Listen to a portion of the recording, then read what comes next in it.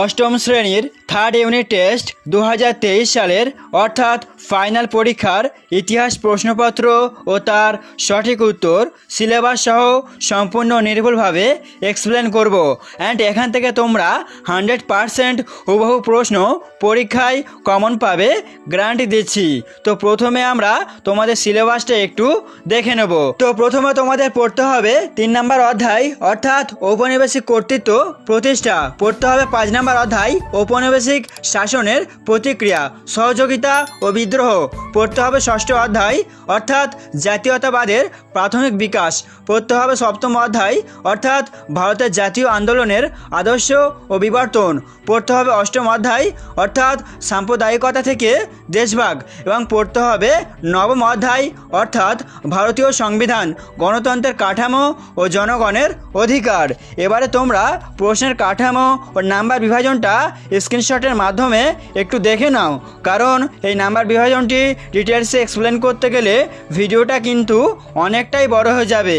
So finally চলে আসবো আমরা একের দাগের প্রশ্নে। প্রথম প্রশ্নটি দেখো, হিন্দু প্যাট্রিয়ট পত্রিকার সম্পাদক ছিলেন হরিশচন্দ্র মুখোপাধ্যায়, নবগোপাল মিত্র নাকি রামমোহন রায়? সঠিক উত্তরটি হবে হরিশচন্দ্র মুখোপাধ্যায়। নেক্সট প্রশ্ন, হুল কথার অর্থ হলো বিশৃঙ্খলা, বিপ্লব নাকি বিদ্রোহ? সঠিক উত্তরটি হবে বিদ্রোহ। নেক্সট প্রশ্ন, জাতীয় কংগ্রেসের প্রথম সভাপতি ছিলেন? সঠিক উত্তর হবে উমেশচন্দ্র বন্দ্যোপাধ্যায়। নেক্সট প্রশ্ন, কলকাতায় ফোর্ট উইলিয়াম কলেজ প্রতিষ্ঠিত হয়? সঠিক উত্তরটি হবে 1800 খ্রিস্টাব্দে। 5 নম্বর প্রশ্ন, কৃষক প্রজা পার্টির নেতা ছিলেন? সঠিক উত্তরটি হবে A.K. ফজলুল হক। নেক্সট প্রশ্ন, স্বরাজ্য দল প্রতিষ্ঠা করেন চিত্তরঞ্জন দাস, গান্ধীজি নাকি নেতাজি? সঠিক উত্তর হবে চিত্তরঞ্জন দাস। 6 নম্বর প্রশ্ন, মুসলিম লীগের লাহোর অধিবেশন অনুষ্ঠিত হয়? সঠিক উত্তরটি হবে 1940 খ্রিস্টাব্দে। 8 নম্বর প্রশ্ন, সত্যশোধক সমাজ প্রতিষ্ঠা করেন রামমোহন রায়, জ্যোতিরাও ফুলে নাকি কেশবচন্দ্র সেন? সঠিক উত্তর হবে জ্যোতিরাও ফুলে। নেক্সট প্রশ্ন, শিবাজি ও গণপতি উৎসব চালু করেছিলেন? সঠিক উত্তরটি হবে বাল গঙ্গাধর তিলক। নেক্সট প্রশ্ন, এ নেশন ইন মেকিং গ্রন্থটি রচনা করেন?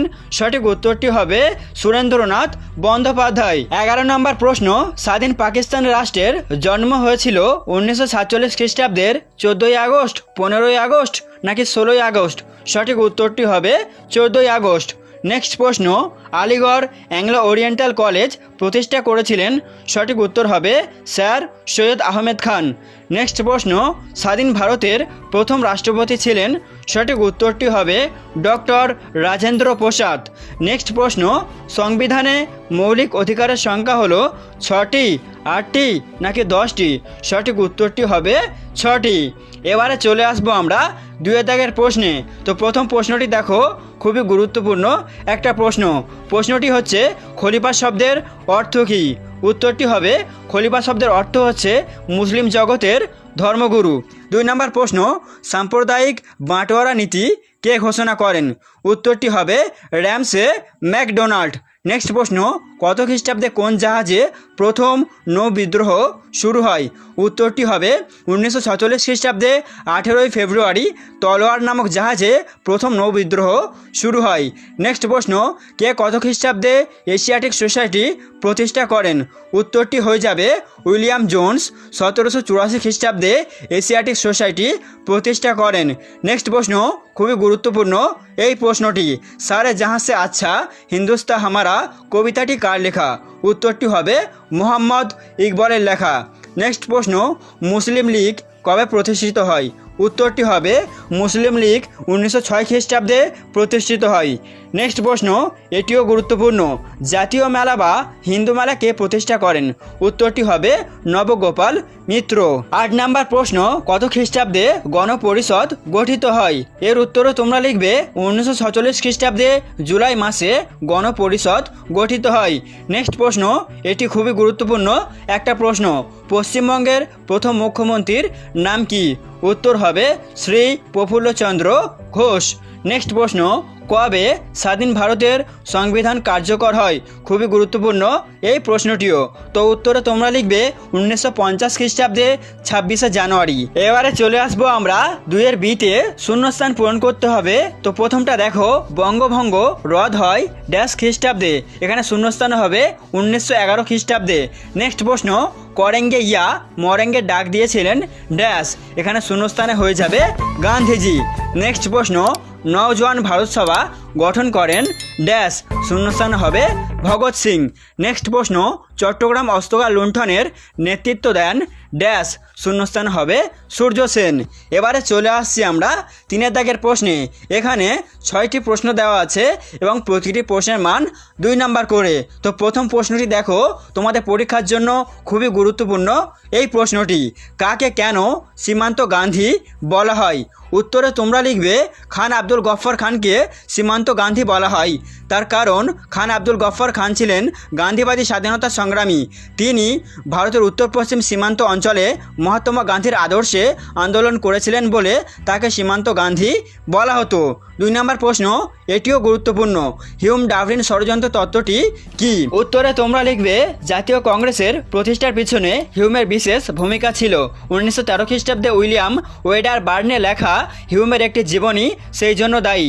ওয়েডার বার্ন জানান যে হিউম ও লর্ড ডাভরিনের যৌথ উদ্যোগেই নাকি জাতীয় কংগ্রেসের সৃষ্টি হয়েছিল। এই তত্ত্বটি কংগ্রেস প্রতিষ্ঠার হিউম ডাভরিন ষড়যন্ত্র তত্ত্ব নামে পরিচিত। এবারে দেখো নেক্সট প্রশ্ন, এটিও গুরুত্বপূর্ণ তোমাদের পরীক্ষার জন্য। অলিন্দ যুদ্ধ কি? তো উত্তরে তোমরা লিখবে 1900 খ্রিস্টাব্দের 8ই ডিসেম্বর বিপ্লবী বিনয় কৃষ্ণ বসু, বাদল গুপ্ত ও দীনেশ গুপ্ত রাইটার্স বিল্ডিং অভিযান করে কারা বিভাগের ইন্সপেক্টর জেনারেল সিম্পসনকে হত্যা করেন। এরপর তাদের সঙ্গে রাইটার্স বিল্ডিংয়ের অলিন্দে ইংরেজ বাহিনীর যে যুদ্ধ হয়েছিল তা অলিন্দ যুদ্ধ নামে পরিচিত। 4 নম্বর প্রশ্নটি দেখো, সভা সমিতির যুগ কাকে বলে? তো উত্তরে তোমরা লিখবে 19 শতকের মাঝামাঝি সময়ে সাম্রাজ্যবাদী শাসকের বিরুদ্ধে মানুষের মনে জাতীয়তাবোধ জেগে ওঠে। 1857 খ্রিস্টাব্দের পরবর্তীকালে প্রথমে বাংলায় ও পরে অন্যান্য প্রদেশেও সভা সমিতি গড়ে ওঠার প্রাচুর্যতা বেড়েছিল।